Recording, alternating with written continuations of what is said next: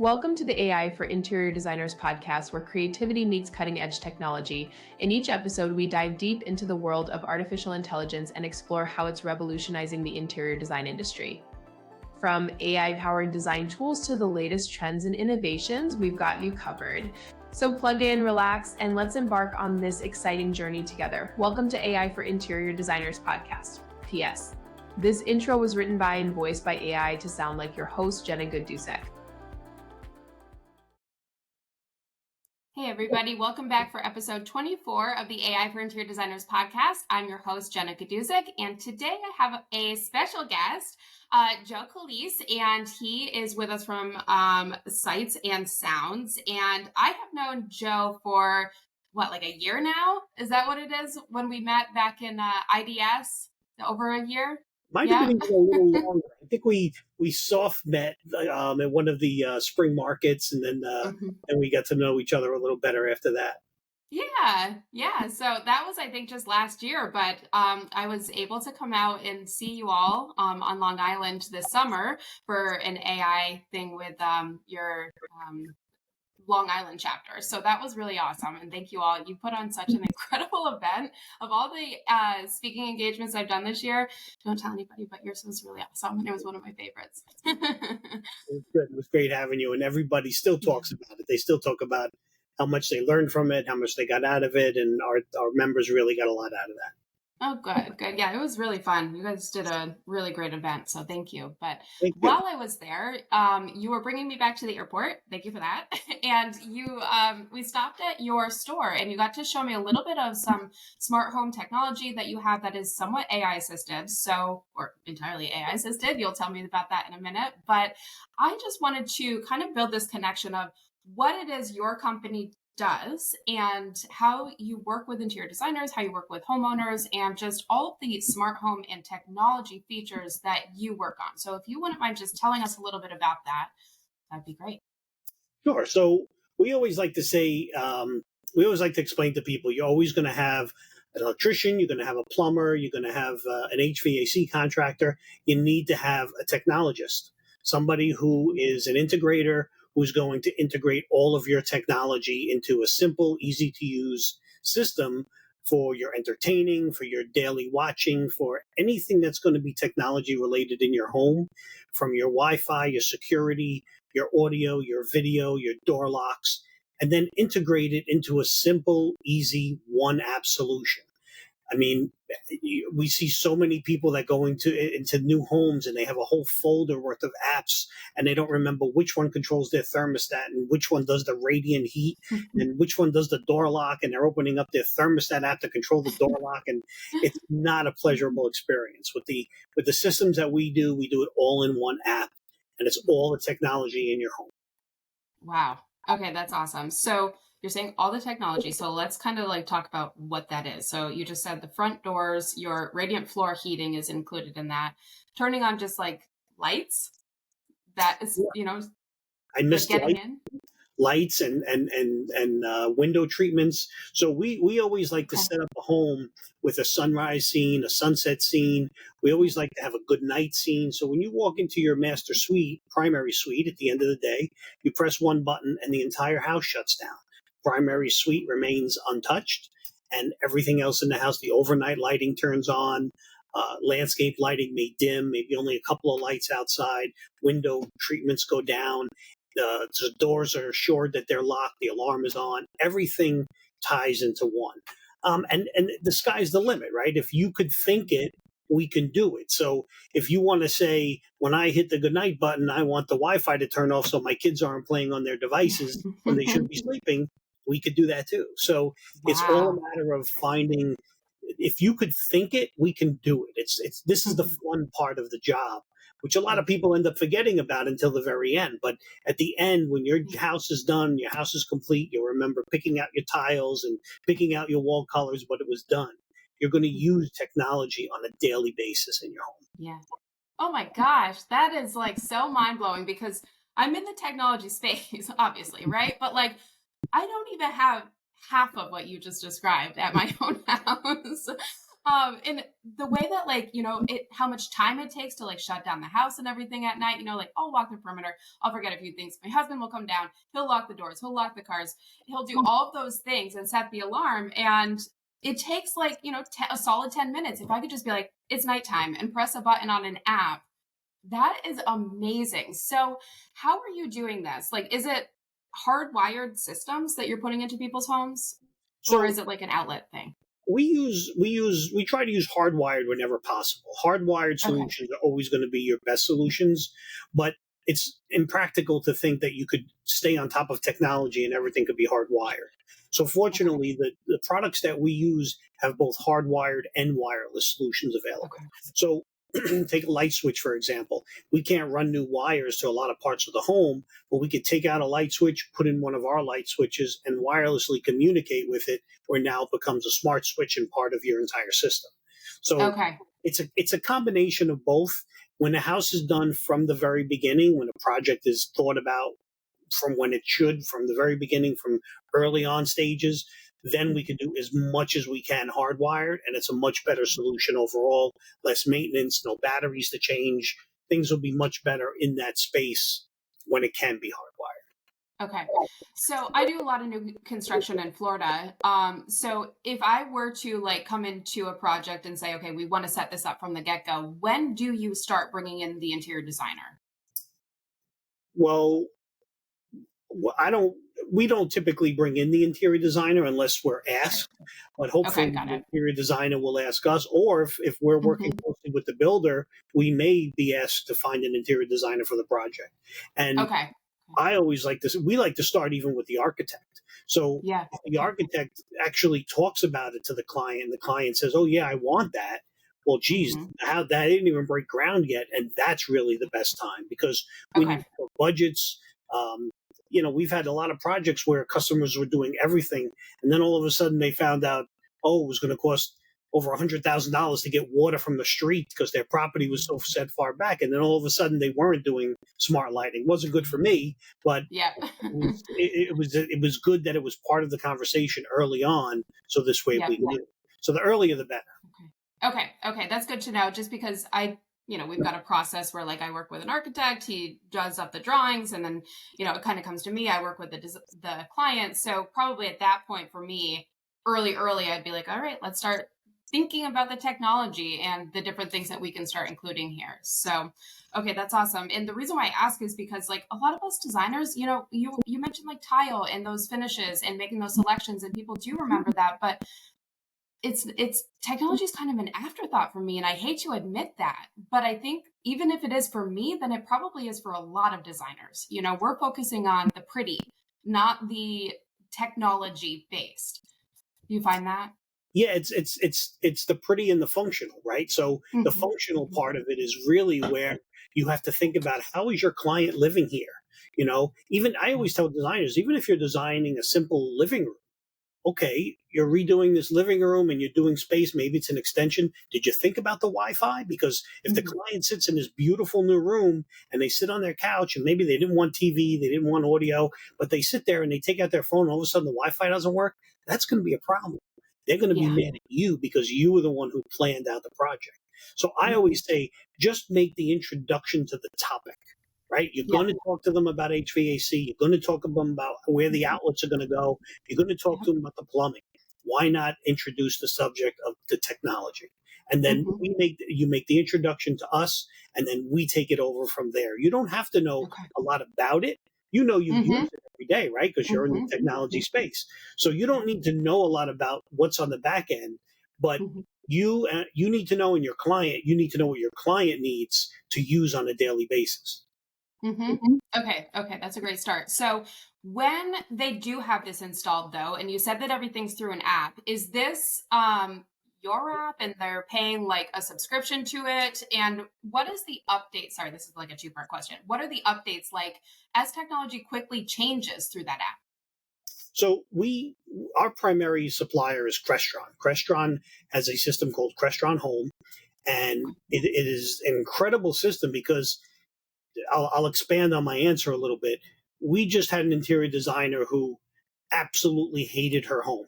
She built a beautiful home, big home. We met with her, and she saw that we were doing a little display in a little trade show we had going on at Siegerman's Furniture, and she absolutely hated her home because it was all Crestron. And the integrator who she worked with was very unresponsive, and I didn't get into the semantics between the two of them, but she had a lot of equipment now that was 12 and 13 years old and total frustration with it. And I said, do me a favor, let me come in, let me take a look. And what we love about Crestron Home is they made it backwards compatible with a lot of old Crestron equipment. So we went in there, we changed out the brain. So everybody has a phone. We get a new phone every year, every 2 years, right? We changed out the brain of the system. We put in a couple of new components. And all of a sudden, the system that she's hated for 12, 13 years, they're now falling in love with it. It's like they have a brand new home. So it's important to know that even though you might have a 10 or 12-year-old system, the way the system was designed was it's backwards compatible with a lot of that equipment. So that falls into the update question that you asked me. So we set up remote access, very secure remote access for all of our systems. We do have a maintenance program that people could subscribe to. And then when updates come out, we automatically reach out to them over simple text messages. We let them know, hey, is now a good time to do an update to your system. If they say, yeah, nobody's home, we patch the update through, we test it, we check it, they come home and their system has new features and new things that they weren't even expecting. So it's part of the package, and it's become more of a service. What we do has become more of a remote service than just having to come to the home all the time. So I hope that answers. I know it was a multi-part question. I hope I gave you a multi-part. Yeah. No, it does. And something that I noticed when I was out there with you is just like your level of commitment to your customers, and I really love that. Like, I just want to compliment you on that because, you were out there with your son and your son works for you, and you both were just, having conversations about, well, this client needs that, and okay, I'll get it done, and here, let's go out. You can tell that you really love what you do. And so it's cool. It's cool to see that. So thank you for that. Really okay. I'm sorry to interrupt you, but no, please. Not to just add to that, no nonsense. When it comes to service, no matter what it takes, that's our goal and our approach, no matter what it takes. So if customers unhappy, we've had a couple over the years, been in business over 30 years that you just can't satisfy. We've all been there, but I will go above and beyond and tell them, what do you want me to do for you? And I will do it. And at that point, the money doesn't matter. It's all about the service. Yep. And you're educating people on something that is so different, but so useful. And it's for a lot of, and I don't want to say older generations because like I'm a millennial and I think a lot of us too are, half and half, but technology is frustrating as it is for people. And so adding everything technology based in your home, it's like, you better be committed to this. And so a lot of people I can imagine have apprehensions to like set up their entire house like this and spend the money and do all of that. So what types of clients are you seeing with your business? Are they a certain demographic? Are they a certain generation? I'm just kind of curious who's adapting to the technology. It's $1 million question. We try to put our finger on that. And then every time we think we have it figured out, the complete opposite demographic comes to us. So I always think technology, as frustrating as it can be, when it works, it's really awesome. And we all love it. And a lot of times we take for granted, somebody might say, oh, this never worked. And then I'll say, well, don't you do this every day? Yeah. Well, don't you do that every day? Yeah. Well, okay, it's working. You might be having a struggle with a particular part of your system. Let's talk about it. Let's figure it out. Let's see where the struggle is. And sometimes it's just a matter of understanding how to use it. And that comes down to whether we didn't do a good enough job teaching and giving them a tutorial about it, or simply they forgot. Many times we put all this technology in somebody's home. They just moved in. They just got the keys. They're trying to figure out the boiler system. They're trying the boiler room. They're trying to figure out the microwave. And then all of a sudden they're worried about the technology. And they're like, nobody ever showed me that. And yeah, we did, but we'll come over and we'll show you again. It's a difficult thing. And to your point about the demographic, just when we thought we have it figured out, we had a very young couple with kids, and they wanted to put some very basic cameras around the house just to watch the nanny. And I was honest with them, and I said to them, you could buy some Ring cameras or something. It's inexpensive. We couldn't run wires in the house because of the way it was finished. And I said, just pop them in and set them up. And they were of your generation, millennials. And they were Mm-hmm. like, "Oh no, we're not going to do that. You just come over and do it and show us how to use it." And I was shocked because I figured I was doing a good deed by just telling them what to buy and they would do it. They didn't want Yeah. no part of it. They just wanted us to do it, show them how to use it. And if it's a problem, they're going to call us. So Yep.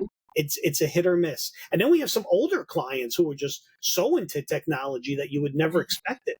So it's very specific to the person, I believe. Yeah. Oh, that's so interesting. Okay.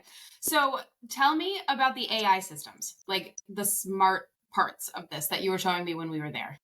So this is an evolving thing for us.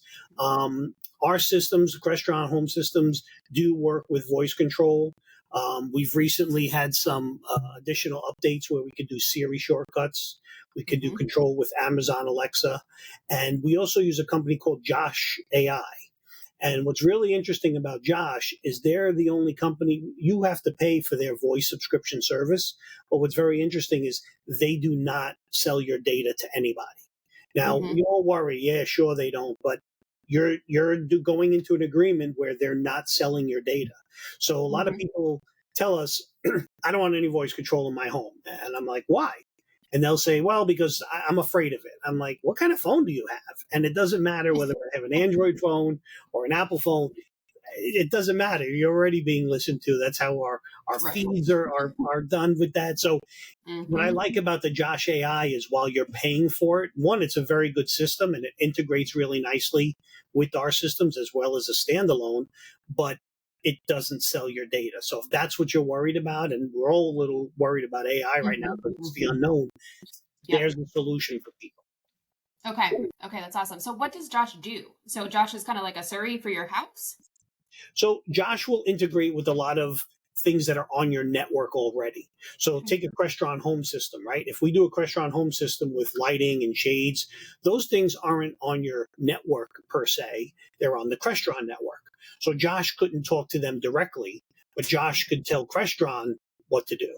So if you just Okay. say, hey, Josh, turn on the lights, lower the shades, and turn on my favorite playlist, boom, all of that's going to happen in one voice command, one sentence. So it's Okay. almost like telling your kids. If you tell your kids turn off the lights and shut the Mm-hmm. TV off, you could tell Josh to do the same thing and he'll listen. But yeah, he's actually going to do it. That's the difference. Okay, that's awesome. So he's basically like integrating systems and telling the systems for you to do everything at one time. So it's like your assistant to your technology assistant. Exactly. And you could set up Okay. scenes. Like you could wake up when we walk in our office in the morning, we say, good morning, Josh. And the lights turn on, Mm-hmm. the TVs turn on, the audio turns on, and it's very Yep. convenient. It's instead of Mm-hmm.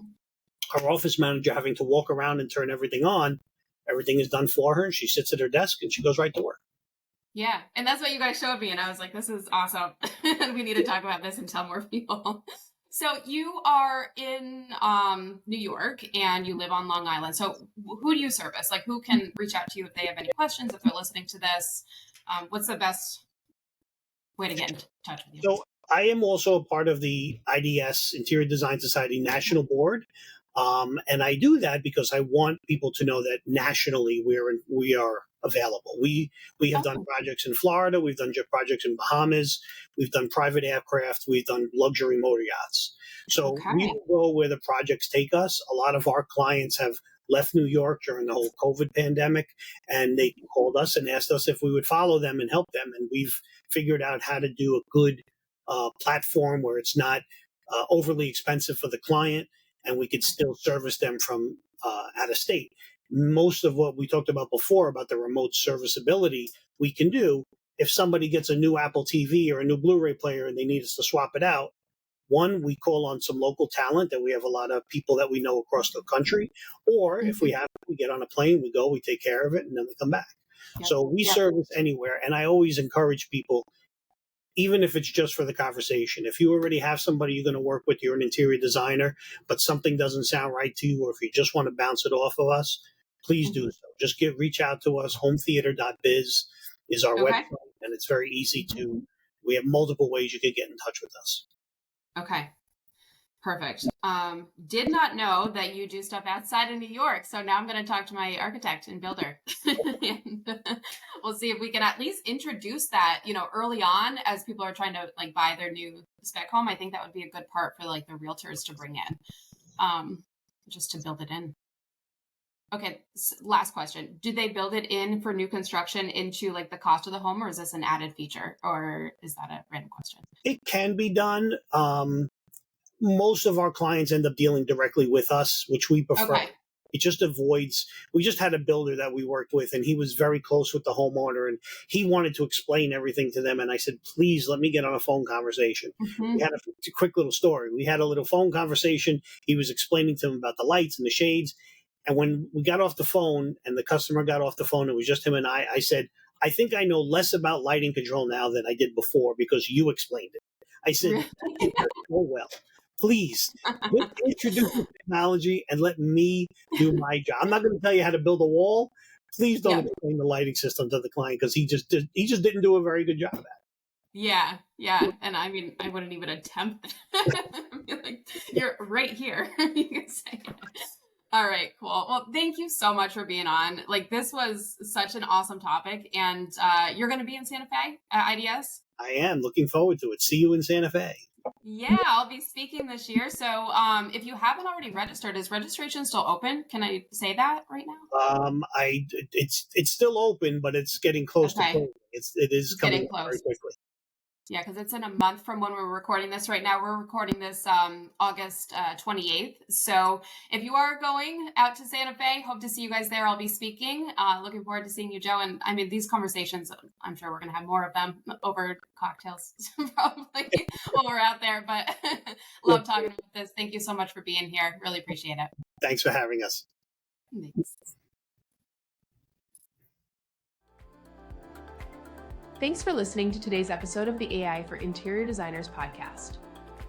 Don't forget to subscribe to this channel and tune in next week for more AI tips for your design business. See you next time.